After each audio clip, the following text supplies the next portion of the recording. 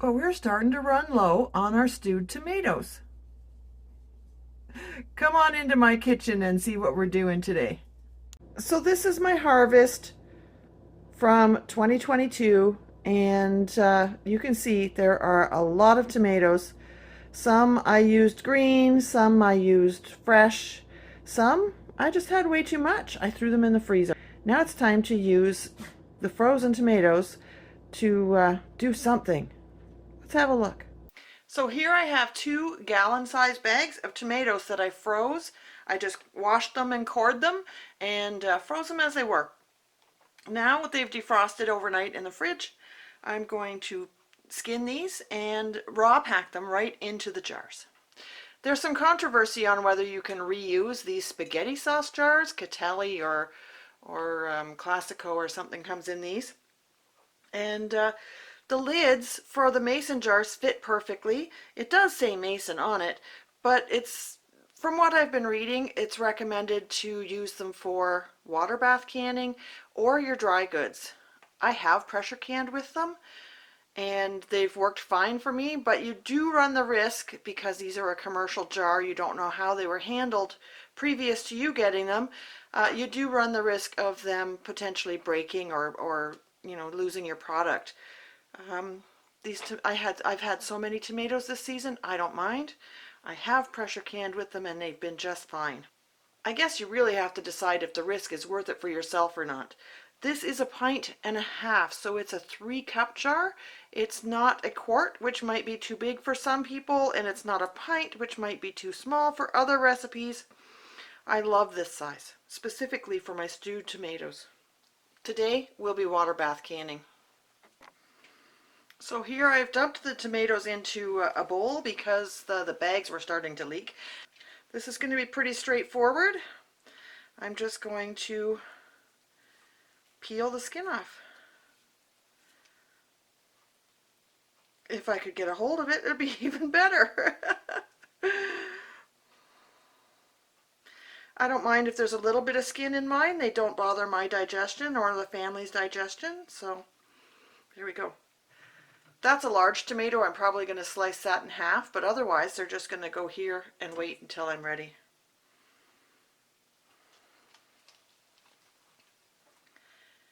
I'm surprised how frozen these still are. When you get one that's not frozen anymore, it just pops right off.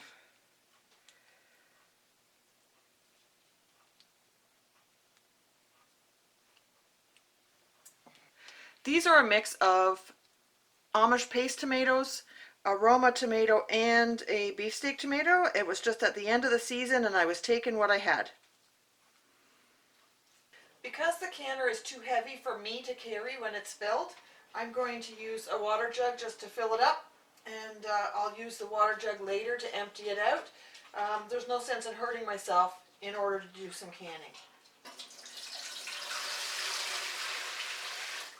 I have a tablespoon or so of vinegar in the bottom of the pot to offset the calcium deposits I get on my jars. That will help cut that completely.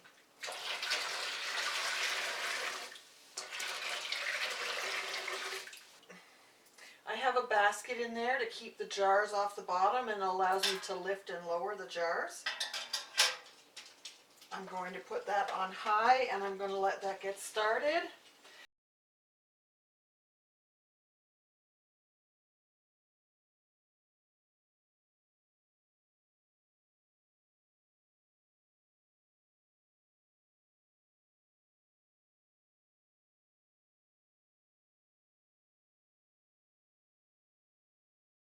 I'll be using the Bernardin Complete Book of Home Preserving.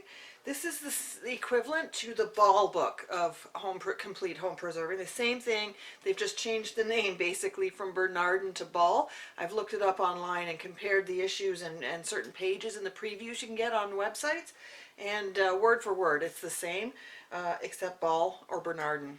It might have some translations from liters to quarts. This has both. I'm working on page 354, tomatoes packed in water, and I'm going to turn my kettle on. This recipe calls for a tablespoon of lemon juice per jar in a 2-cup jar. a pint, or 2 tablespoons of lemon juice in a quart jar, which is 4 cups. The bottles I'm using are 3 cups, so I'm going to split the difference and make that 1.5 tablespoons. It's recommended that you use bottled lemon juice because it's consistent.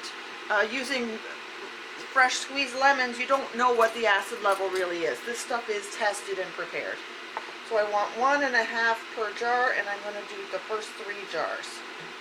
It says to leave a 1/2 inch headspace. So that's just about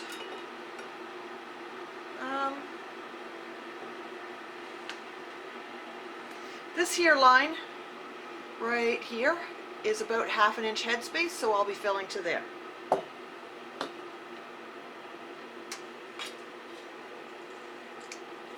As these are defrosting the rest of the way, they're turning pretty mushy, but they'll still be delicious tomato sauce, or stewed tomatoes. We use stewed tomatoes in our chili. We use stewed tomatoes in our to make sauce on the stove. We use them in macaroni and tomato is my favorite. In September, when I was canning my tomatoes, I was running out of jars. I just could not get it, and I was running out of time. I just could not keep up. Oh, look at that. There's a dribble left. That's it. I'm out of lemon juice. It's just enough to do 5 jars.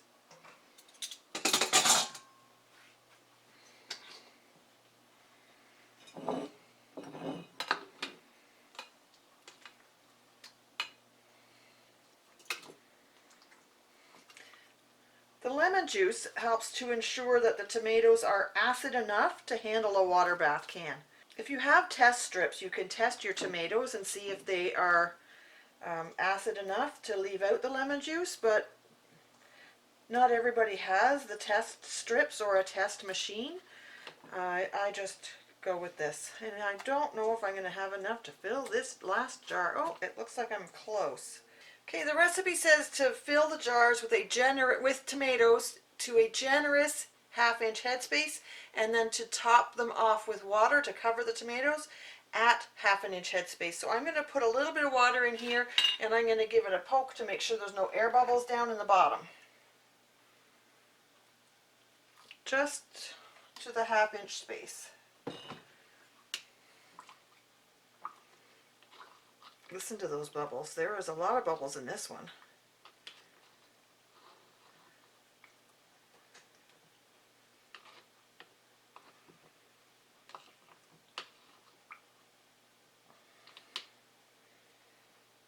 And that is right at a 1/2 inch.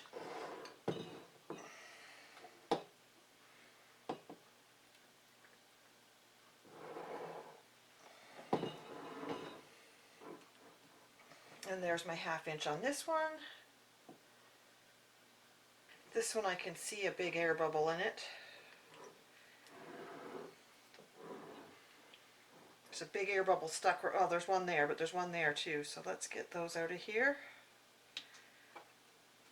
And that one's going to need a little more water to bring it up to the 1/2 inch mark, which is right there. Good.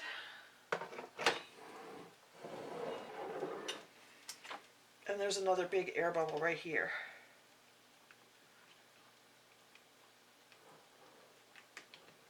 You can't always see them. Sometimes they're in the layers in between.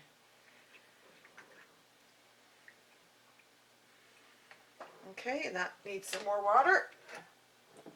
The 1/2 inch mark is there.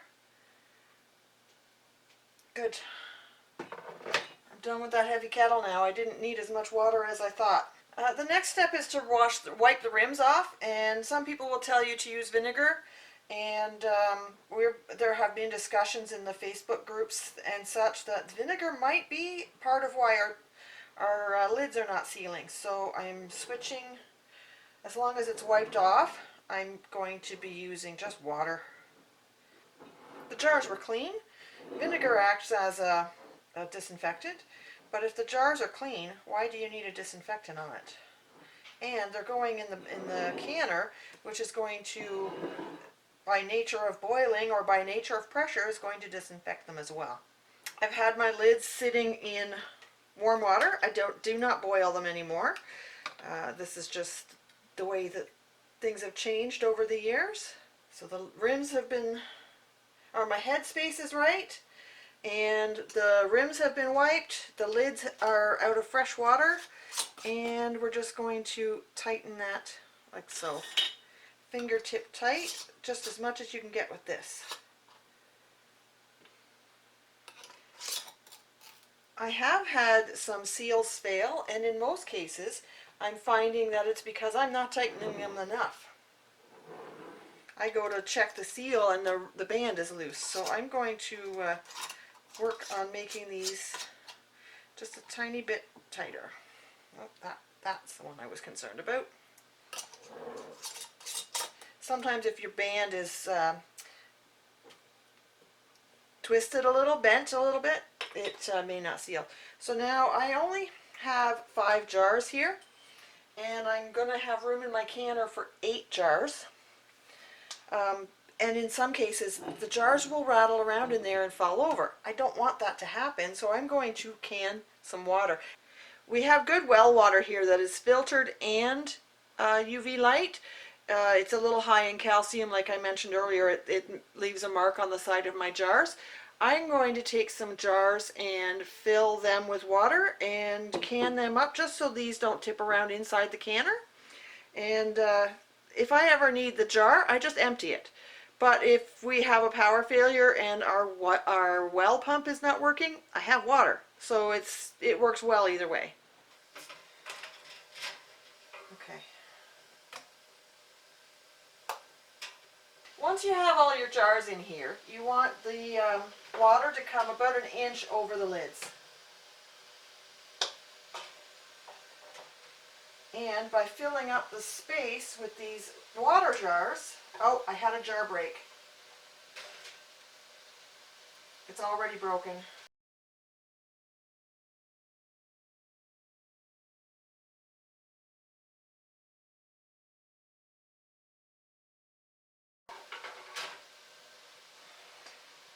One of those jars I was telling you might not be so great in the pressure canner just broke on me.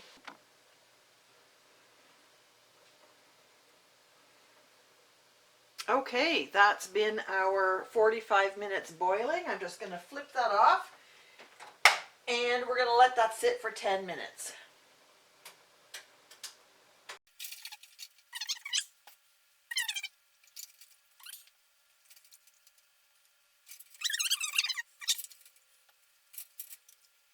See how these have separated?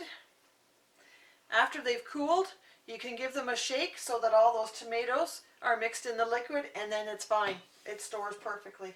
I have a personal pet peeve with glass going into the garbage. I always find a box out of the garbage or the recycling, and I put the broken glass in that box so that it reduces the risk of someone moving a garbage bag and slicing themselves. And again, as I mentioned earlier, because of the ergonomics, this pot is too heavy for me to move. I'm going to empty it out by juice jug full. This jug fits perfectly. And I'll just keep doing that until I get the jar empty. Until I get the pot empty. In order to capture all these tomato pieces that are floating in here, I have a strainer in the sink, because I don't want to clog the drain. Oh, we got a ping! So there we have it. Product that went from my garden and into my freezer because I didn't have enough space. And then when I needed freezer space for a beef order, I was able to take them out and put them in jars. Now they'll fit on my shelf in February. What do I think of these Atlas and Mason jars now? I'm still okay with using them. You decide for yourself. It's your house, your kitchen, your rules. My advice is be prepared. Be willing to accept the risk of losing a jar of product or not. I may not pressure can up some meat in this or anything that's really, costly, but for the tomatoes it was perfect, and I lost a jar. I still have 4 jars left. and I have 36 jars of tomatoes in the cupboard. That's it, guys. See you next time.